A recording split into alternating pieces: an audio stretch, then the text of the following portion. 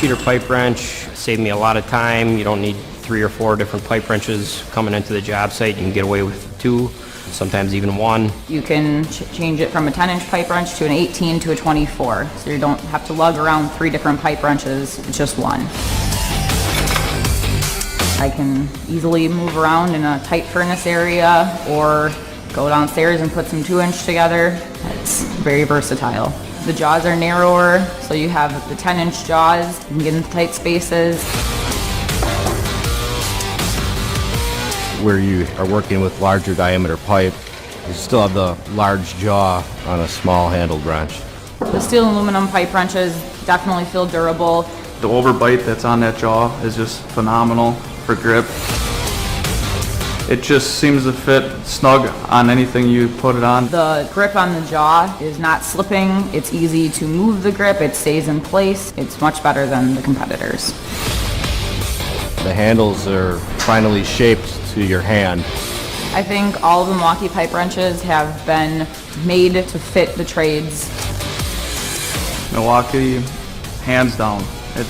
It grips better, it feels better in my hand. You can just feel the durability of it, the strength of it. Everything about the Milwaukee is just it's unmatched.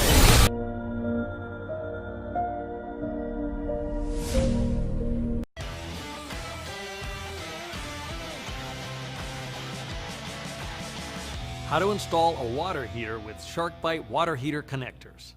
Water heaters are one of the most important components for providing comfort in homes. However, very often they are located in difficult to access, confined spaces or tight closets. With SharkBite flexible water heater connectors, you are able to work in tight spaces, easily connect water heaters with existing pipes that don't line up, and have the versatility to connect the water heater to almost any pipe material. All SharkBite water heater connectors are approved for use on electric or gas water heaters with a flue vent. SharkBite offers braided and corrugated flexible water heater connectors with and without ball valves. Connectors with ball valves provide a shutoff on the supply side of the water heater. Check your local plumbing codes to see if hard piping to your water heater is required. Stainless steel corrugated connectors can be used as an alternative to hard piping. First, identify the pipe material. Measure the distance from the hot and cold supply lines to the water heater to choose the correct length connector. Cut the pipe as cleanly and squarely as possible. Be sure the pipe is free of scratches and debris. If you are handling copper pipe, remove any sharp edges or burrs. Next, Use your SharkBite depth and deburr tool to measure and mark the insertion depth on your pipe. You can find the insertion depth chart on sharkbite.com. SharkBite water heater connectors use a gasket to seal onto the water heater pipe nipples, so thread tape is not required. Hand tighten the female connector onto the pipe nipple and then give a quarter turn with a wrench. Be sure not to over tighten. Push the fitting to the insertion mark you just made on the pipe. Repeat on the hot water outlet side. Now, turn on your water and check the connections.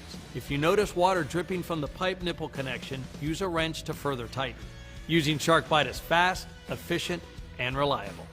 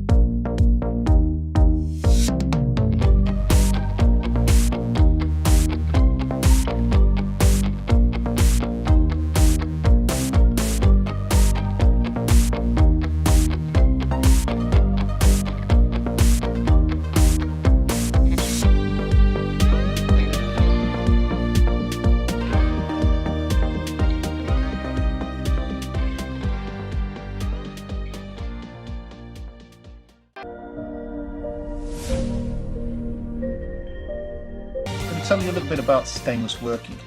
Stainless tube comes in many different sizes, wall thicknesses, and many different types. It's a real animal. There's many different specifications for stainless steel, all giving it very different properties.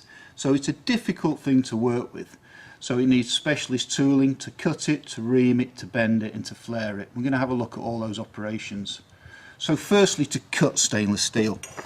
So what we've done just lately is we've redeveloped the stainless steel cutters and made them easier to cut this hard material.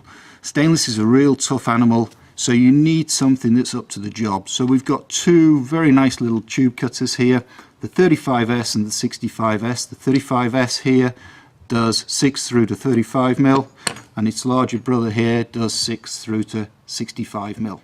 And the difference with these two, the larger one is quick opening, so it's got a nice ratchet action, but the main differences are here at the business end.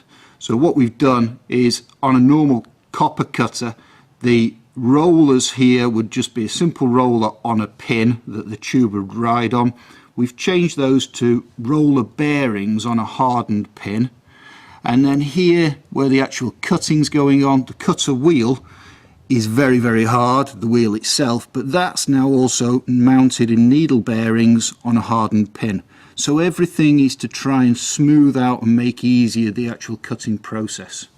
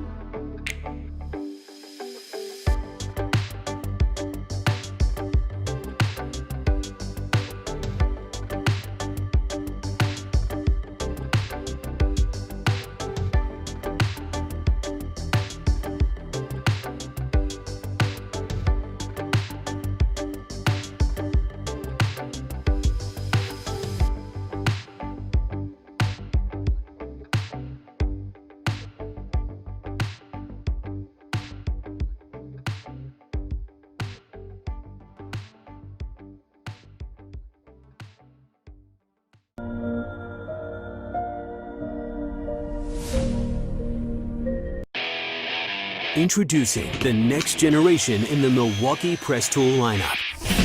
The M18 Force Logic press tool. Using the press tool is way better than sweating copper. It's much quicker, it's easier, it's simpler.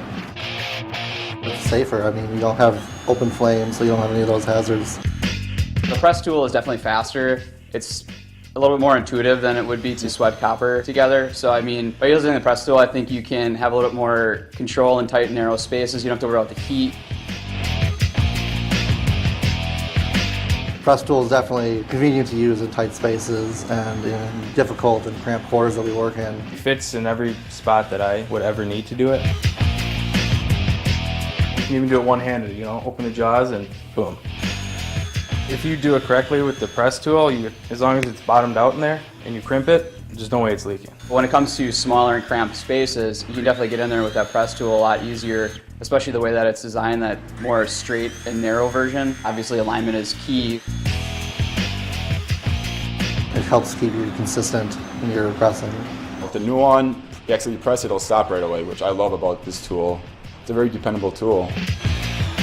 When you're soldering, not every solder is the same. When you make a crimp with the press tool, every crimp is identical to one another, which is great. Dependability is what you need in this job.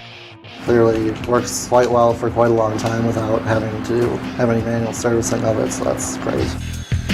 Press fittings are kind of an industry standard at this point, so you know, to have a press tool like this out there that's so easy to use, I would certainly recommend it to anybody else.